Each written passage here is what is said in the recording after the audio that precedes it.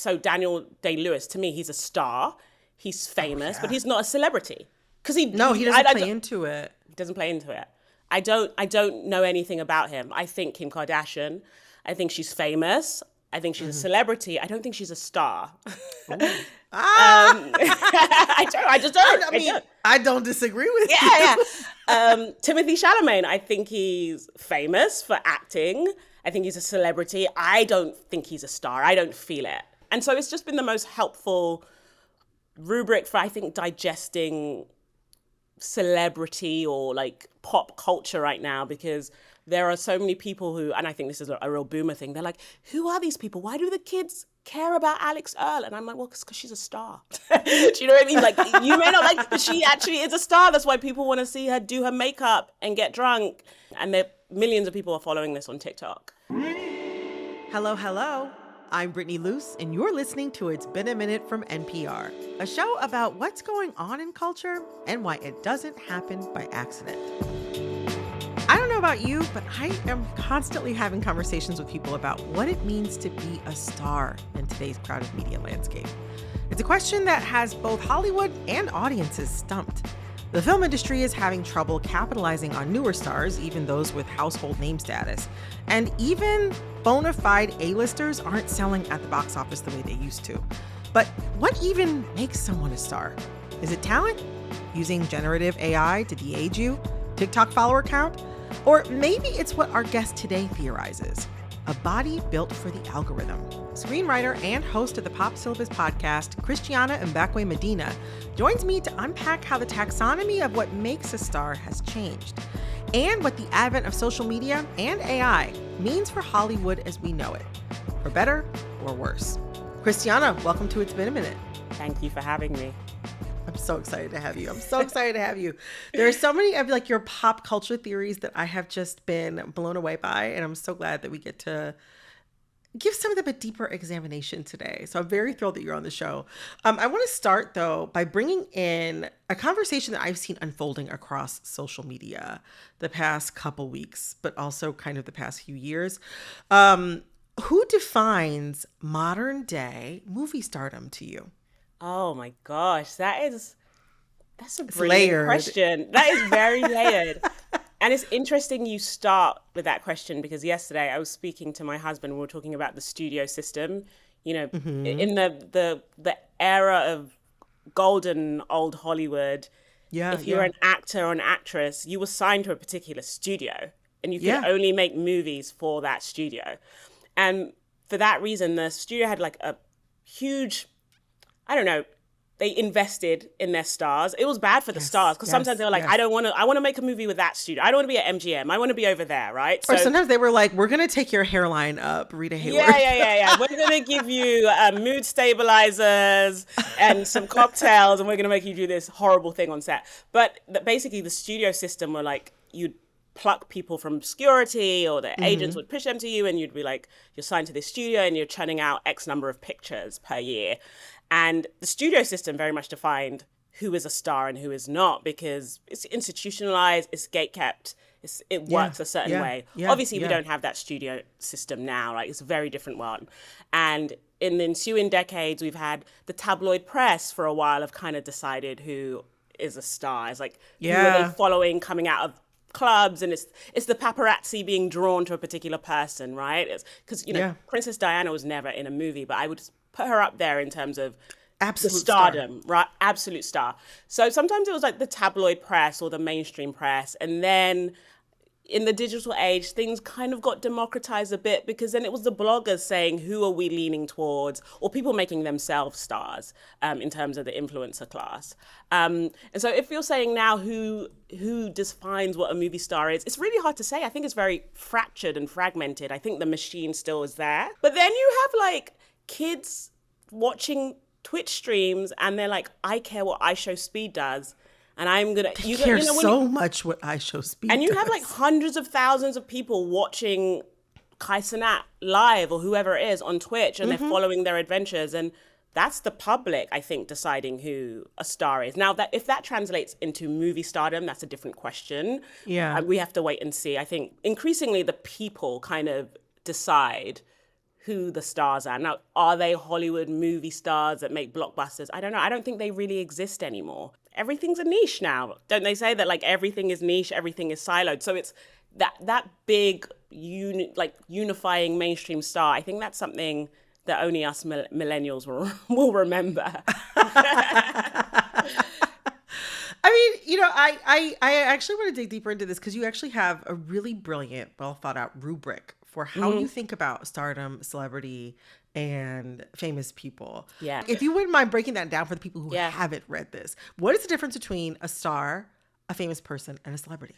Yeah, my feeling is that most stars are kind of unknown, and sometimes you run into them in the gas station and you look at this woman, you're like, you're not supposed to be here, you're a star. You know, these people. It's kind of like charisma, right? Just this charisma, and we don't know why they have it. And I do like to say that stars aren't always necessarily likable. I think Donald Trump is a star, but you can't. But you have to keep looking at them, right? That a star has there's something compelling. There's something compelling there, and it's like you can't buy it. You can't but you buy also it. Can't hide it. You can't buy it. You can't hide it. I think there are like some stars, the greatest stars know how to transpose their stardom. I don't know if this is a true story or not, but there is this urban legend of Marilyn Monroe walking down, I think, a New York street, and she's being interviewed by a journalist, and no one recognizes her, and she's like, this is me as Norma Jean, and she turns to the journalist, she's like, do you want to see me become Marilyn Monroe?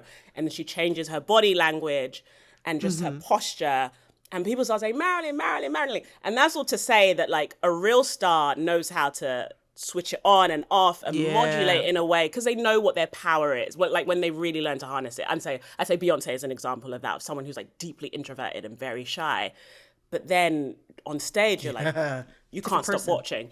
I think celebrity, on the other hand, is where a person, or sometimes it's even like a institution, can cultivate the human need for idolatry. Like I think humans just need to worship something. There's something we're just hardwired to finding gods wherever we can. And celebrity is when you really exploit that innate need. And I think that's leaning into the act of stardom. Whether you're a star or not, you call the paps, you get a publicist, you leak stories, you get your stylist to say you got married, and then you show up on the red carpet wearing something borrowed. Like that is celebrity, but that's celebrity like done really in a very smart way. But then sometimes celebrity is very naked. So like Kim Kardashian to me, like what a lot of people, I was going to say, respond to with the Kardashians for sure. Yeah, it's completely naked. It's just that it's lustful. It's so naked.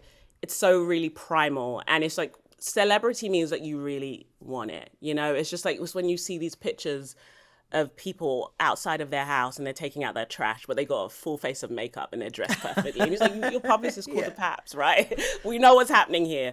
And so to me, that is celebrity. And then fame or famous people is really different because, the thing about fame is that you can become famous very suddenly overnight for doing some, brilliant thing.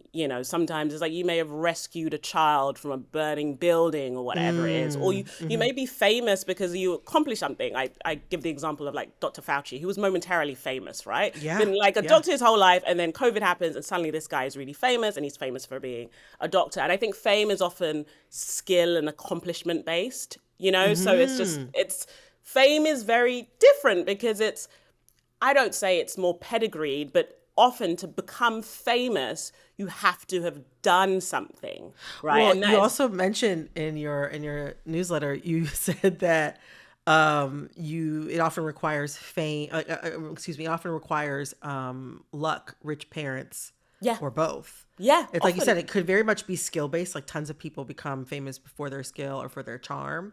But there are also lots of people who don't have any talent, or any charm. No, not at all. Or it's just, I think like the fame portion of it, or I think kind of exposes like how meritocratic our society isn't, right? Because if you think of like famous lawyers, famous doctors, famous inventors, it's often you're like, oh, you had really good parents and you came from a certain type of home and you were kind of pushed and nourished, right? Like fame is like, fame is the one that it's just like, we know why people accomplish what they do. And yeah, sometimes they're brilliant and they're hardworking, but it's often a reflection of like their socioeconomic upbringing, right?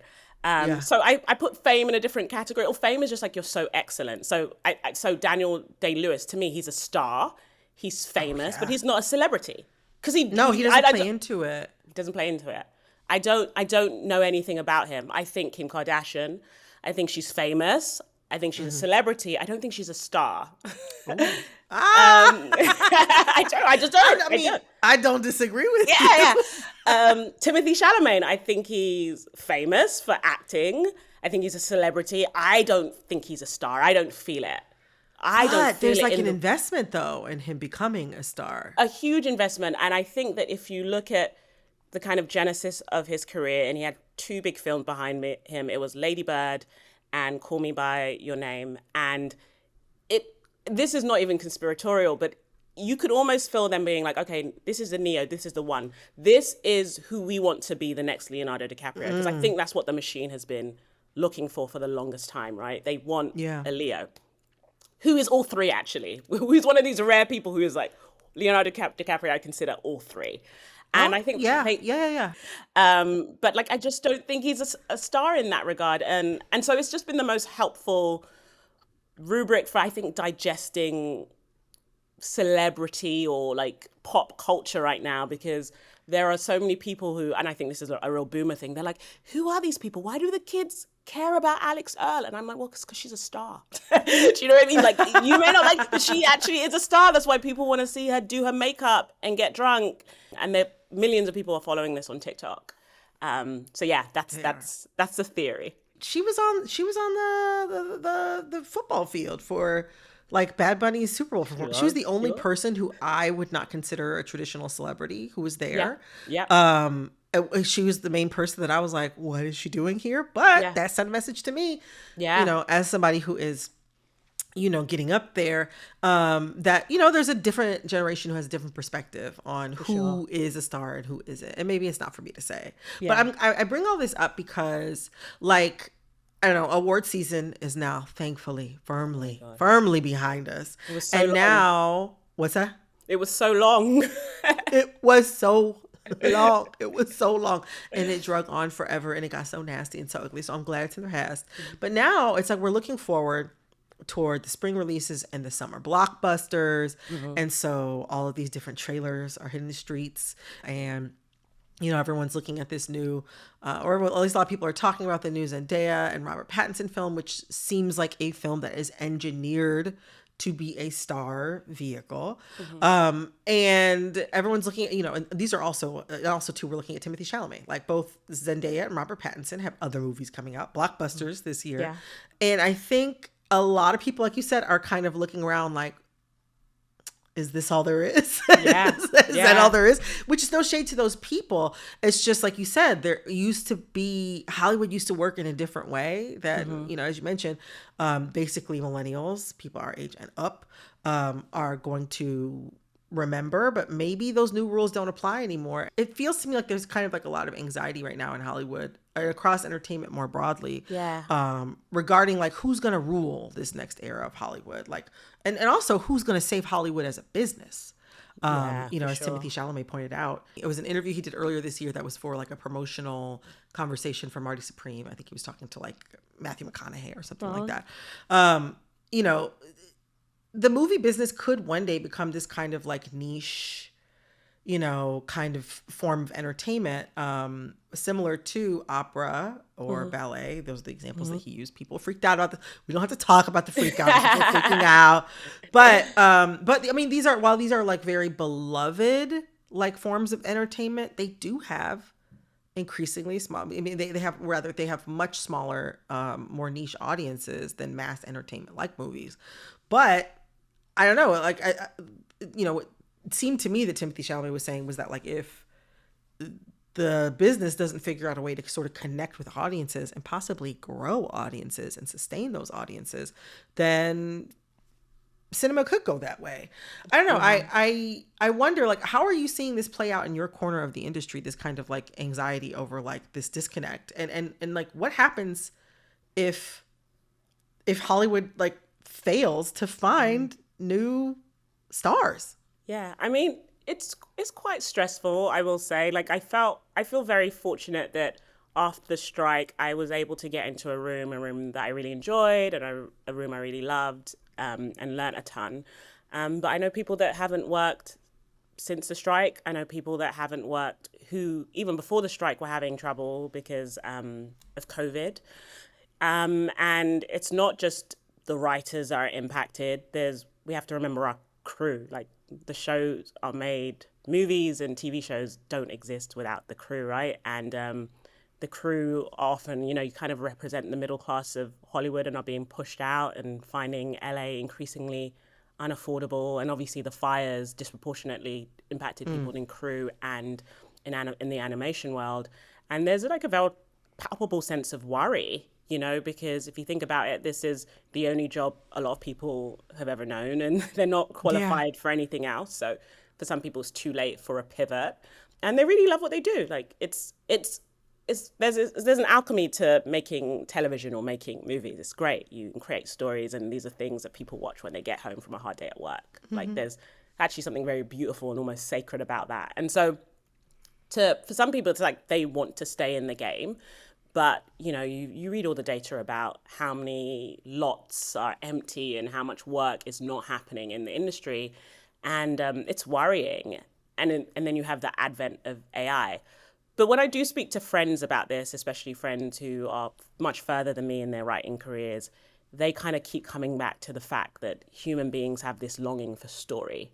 And that's not going anywhere. And we're seeing it currently on TikTok, this fruit love drama is going super viral. Like these. When I tell you, it doesn't one of matter my what the topic friends is. loves it. He's like, "Oh, it's great. It's like Tyler Perry, but with fruit." And my friend loves It it. is. No, but it's so funny that literally, like, the fruit dramas, that has come up no matter the topic in like the last 6 interviews that I've done. No matter It's kind of crazy. the topic. I'm like, what is going on? But it just tells it like humans, we tell stories and listen to stories to make sense of the world. So that people are always going to want to watch television, and they're going to want to watch movies. We just have to figure out a way to make them come back to wanting to watch it on a network or a streamer, or because they're going to just find it somewhere, right? I'm glad you bring up like the labor aspect of all of this, because I think that's something that kind of gets lost when people are thinking about these things. Like, they're like, Timothée Chalamet, he's gonna be rich anyway. Why do I care? Yeah. But I mean, there are so many people that have fed and raised families off of this industry for generations, for decades. I mean, Hollywood is one of the big drivers of California's economy. The state of California has one of the largest economies, not just in the United States, in the world. In the world, like there are potentially there's so many layers that are sort of like caught up in whether or not Hollywood continues to exist or not. And I'm not saying that like everything that Hollywood has put out has been like a net positive for society. Like we could, we don't even have to open that can of worms because we already know. Yeah, I think people think of, for instance, SAG, which is like the Actors Guild. It's just regular people, working people, and they're laborers acting. You're using your body. Do you know what I mean? If your body doesn't work, you can't work. I think people forget that part of it. And you think of an actor or writer or producer, or you just think it's like fancy Hollywood, but it's like, no, the vast majority are just like just working a job, trying to make a living, trying to make a life to support themselves and support their families.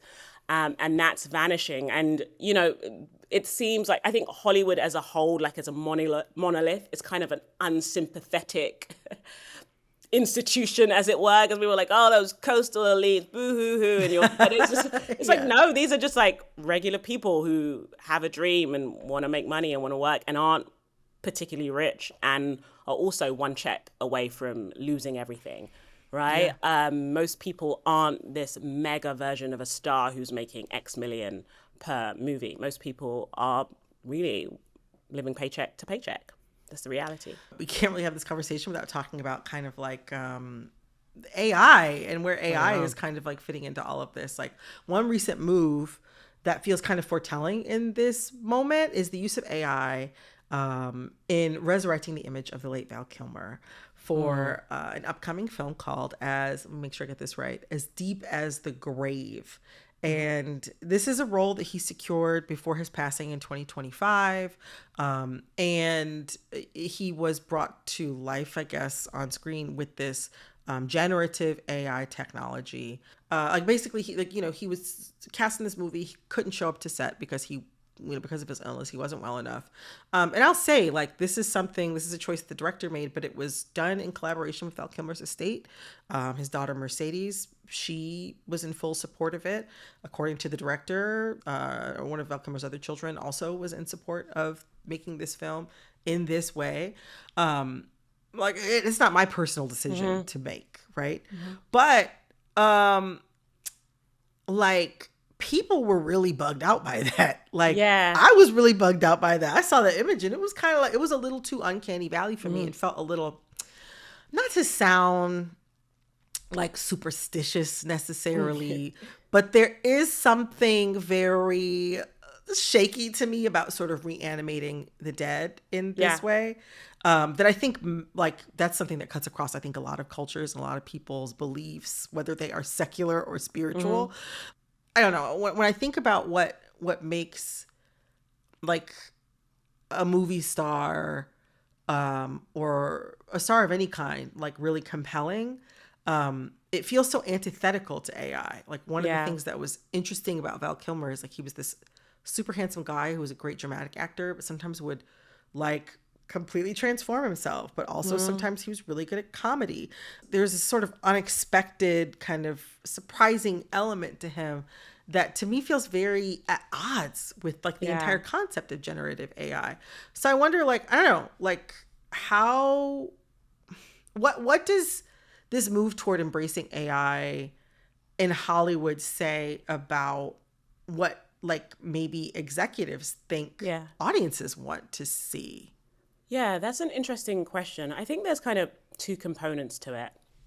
On the one hand, I think it is a reflection of tech's increasing influence on Hollywood and how people in tech think right now. Hollywood has a lot of tech money right now. There are tech companies that also have streamers.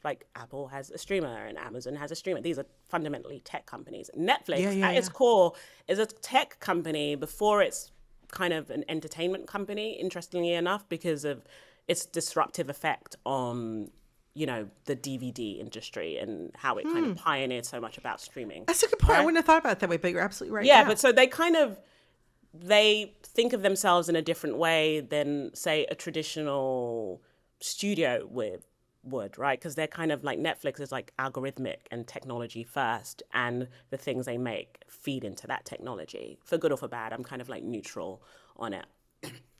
But I think that what they forget, because I think they're kind of being ahistorical about it all, is that we've kind of had this move with the holograms, right? They had the Whitney Houston hologram and they had the Tupac hologram. And there is something about just an embodied human that makes a show that fills seats. And I think that's what people miss when they're like, oh, we're going to take everything to AI. It's just no, first of all, people kind of feel creeped out by seeing dead people come to life. They don't want to see it. They find it really weird. And what makes a star, what makes somebody come and see Robert Pattinson is that Robert Pattinson is an embodied, living thing. That is where the curiosity is. That's where the charisma is. And that's what keeps people coming back to, whether it's watching something somebody is doing with a streamer or doing in the movies. And I think they forget that the humanity is where the magic is rather than the technology. And if you remove the humanity from Stardom or from your projects or whatever you're going to make, it just is not going to connect the same way, no matter how hard you try. And we're already kind of seeing that, right? We are kind of seeing this already. I mean, just last month, after OpenAI pulled the plug on their Sora AI video app, Disney's plans to invest $1 billion in the app also fell apart. SAG-AFTRA members are bargaining for a tax on AI characters to basically make them cost as much as human performers, which I think is kind of genius. But also in March, Ben Affleck's AI company, Interpositive, I believe it's called, was acquired by Netflix for an untold sum that seems like it was probably a lot of money. Yeah. So AI's place is definitely, I don't know, AI's place in Hollywood does seem to be in flux, but it doesn't seem like it's fully going away anytime soon. But, you know, when you talk about, again, that sort of like human element, at least that we can see and that we can hear, like in the way that we experience it when we're looking at someone on screen.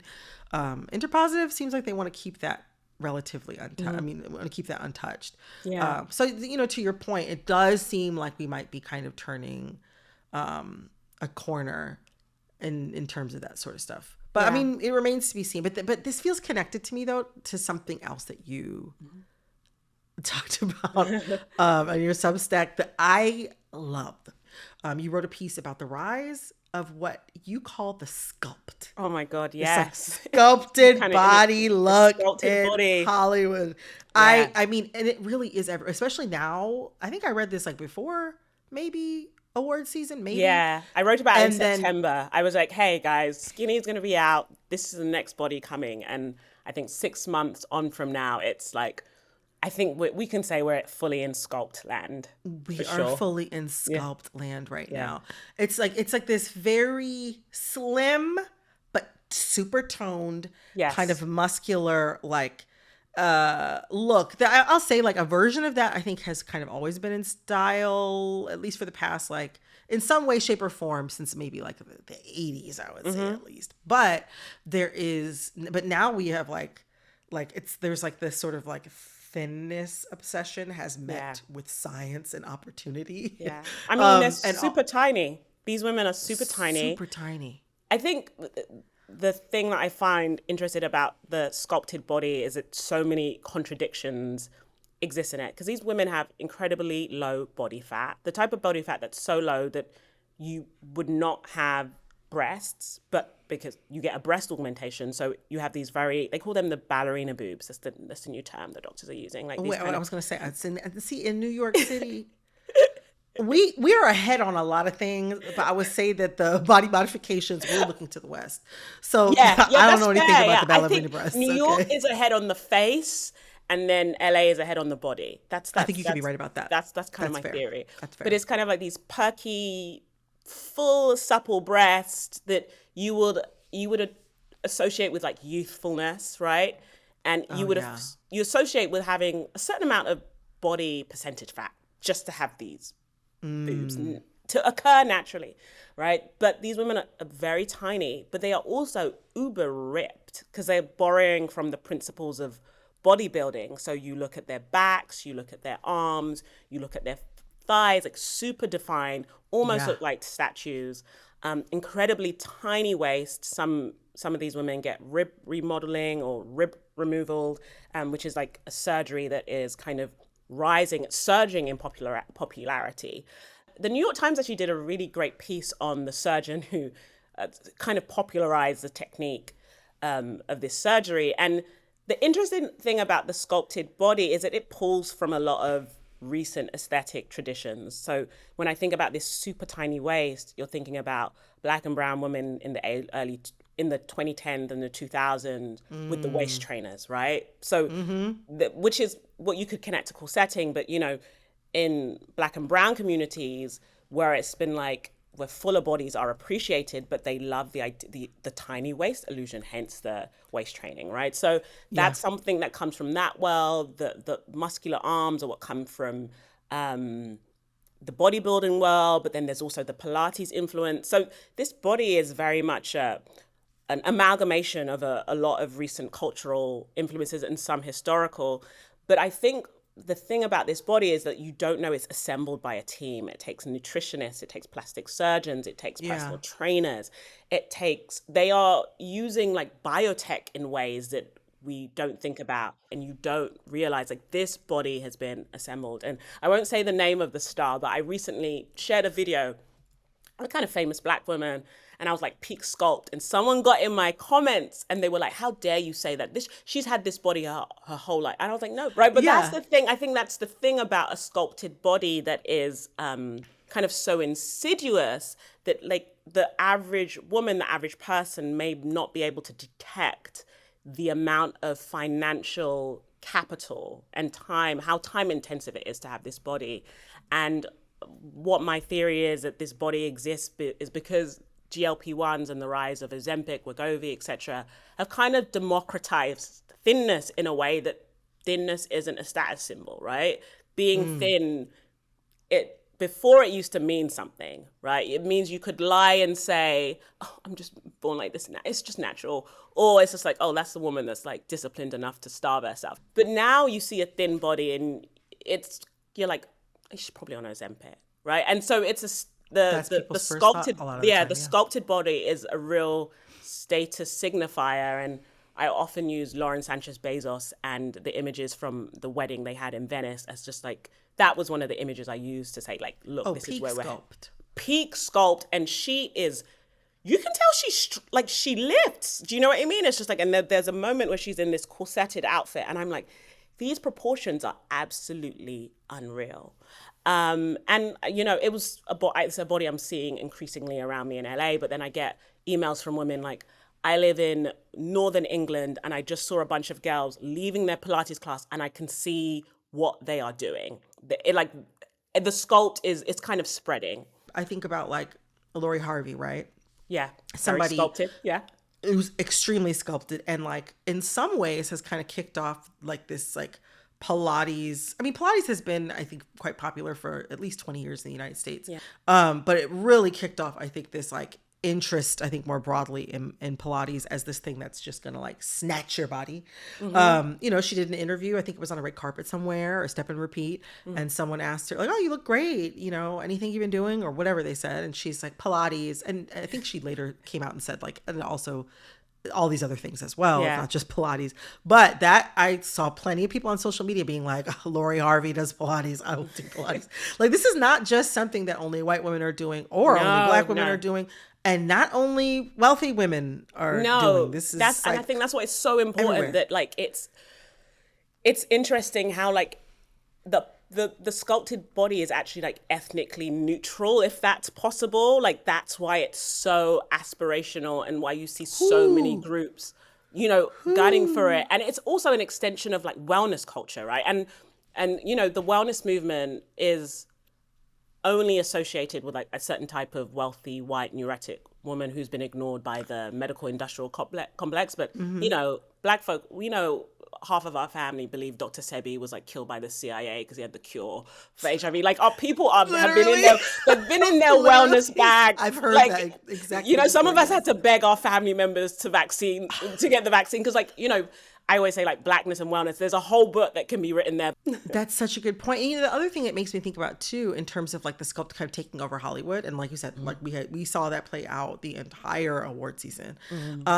It also makes me think about this sort of like kind of confusion happening in Hollywood and kind of the confusion like in figuring out how to meet consumers and meet audiences. Like I wonder if it's made me wonder if like so many starlets or not even starlets, listen, there's some very established grown senior age women, okay, that have been unveiling their sculpted looks, right?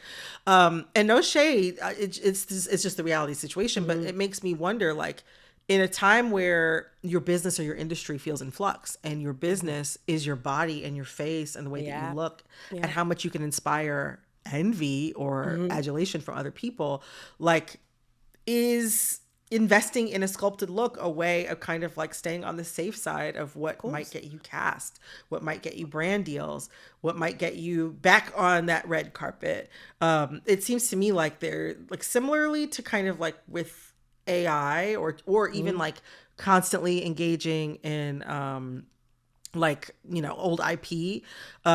It feels to me like this overall move toward safety, because that feels like something that might sell, but that also feels kind of in line with like some of the cultural conservatism that I think that we've seen across politics, entertainment, and our everyday lives. Yeah, I mean, you can't disconnect it from our current political climate and uncertainty.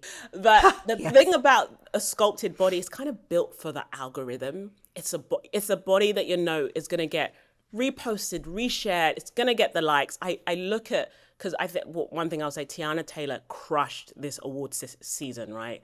In terms of her looks. every single look was impeccable, and she was going viral all the time, and she was being reshared all the time. And so many people are commenting like, tell us, drop the body deets, sis. What's the workout routine, sis? The body is a dress. I think there was a point she wore a dress that was almost like painted on, you know, Yes, she's got yes. these incredible abs. And it's just like, when you kind of embody an ideal, people gravitate towards that. You know, there's no way around that. And Tiana's always someone that's been very athletic, and you know, she was. I remember the fade video. We all remember the fade video. So she's always kind of been sculpt adjacent, right? And so it's just like, there is a material reward for being sculpted right now. We can't ignore that. And I speak to friends in the business who are like talent and on camera. And, you know, I had a friend saying like, well, I have to say a size 2 because otherwise I don't work. You know, she's just like, I can tell difference in brand deals when I'm this size compared to that side. And that's just like the reality. And there's like data that kind of bears it up about, you know, women losing weight and getting an increase in pay. So this is not like just something that is unique to Hollywood. And you say, oh, Hollywood people, they're so fickle. No, this exists in the world. It's the same way in your office. In your office, there's a correlation between weight and income, and you know, and so I think what is kind of surprising to me, and what the whiplash of it all is that, like, you know, I'm 39 years old and came up on the internet in a time where it was kind of like the peak of the body positivity movement. Yes, me too. Yeah.